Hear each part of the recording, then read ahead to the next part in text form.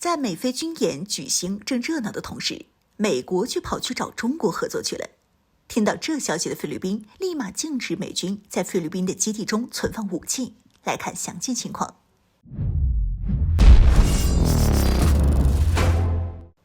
Hello， 各位老铁，大家好，欢迎收看本期迷彩虎，我是虎妞。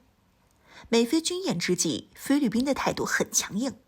菲律宾总统还亲自前往演习现场，观摩了美军动用海马斯火箭炮，在黄岩岛周边海域击沉一艘靶船。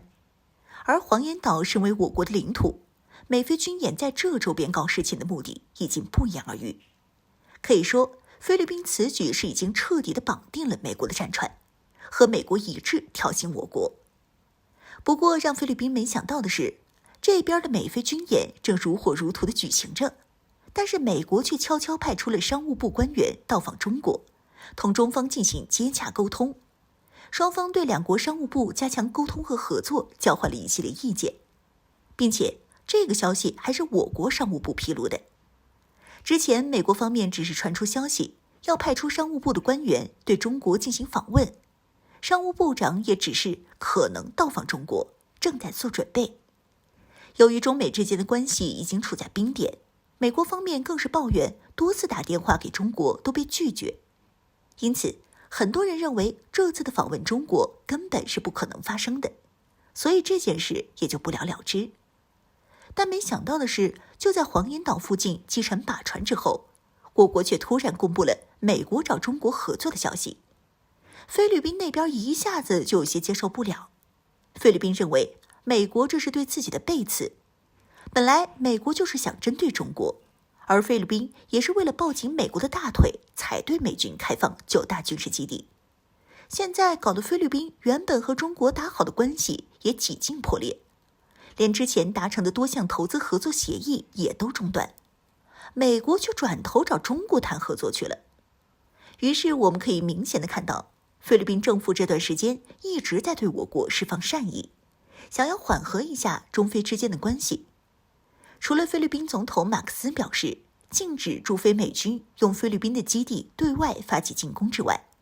菲律宾外长也表示，菲律宾禁止美军在菲律宾基地存放武器弹药用于台海行动，禁止美军使用菲律宾的军事基地，为军机军舰进行燃料补给、装备维修和整备。早在菲律宾对美军开放9大军事基地之前，美国通过的2023国防授权法案中就规定了，美军将会为台湾建立所谓的区域应变军备库，等于是为了将来可能到来的台海冲突，美军将在台海周边建立多个军事基地、弹药库，用于美国所谓的保护台湾。而在美军开放9大军事基地后，美军就已经耗费数千万美元，对菲律宾在吕宋岛的巴萨空军基地上的飞机跑道进行修复和升级。经过升级后的跑道就能够起降一些重型飞机和轰炸机了。而这一基地的位置所处的吕宋岛恰好距离台岛仅有不到400公里，等于是该基地的美军战机能够直接打击台岛。除了这一基地之外，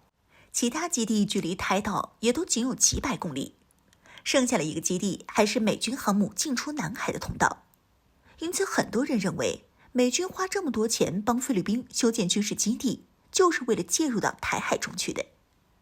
而现在美国跑去和中国谈合作之后，菲律宾突然又站出来表态，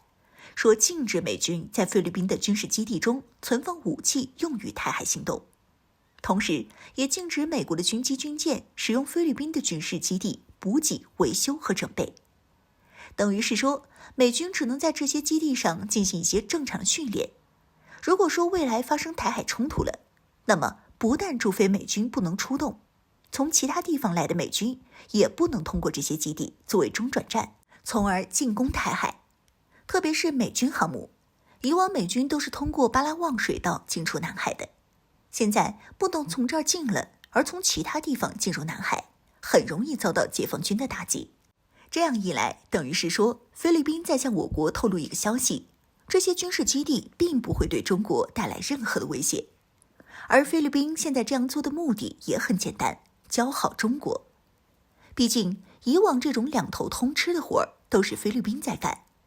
没想到这一次却翻了车，被美国背刺，让美国在菲律宾有了军事基地的同时，还和中国合作，只剩下菲律宾落得个和中国交恶的下场。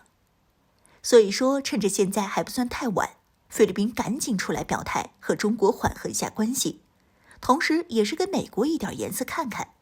让美国能够给菲律宾更多的好处。但对于这个禁止美军在菲律宾的基地上插手台海，这可轮不到菲律宾来管了。真要到台海冲突的那一天了，菲律宾这小身板还能挡得住大军压境的美军不成？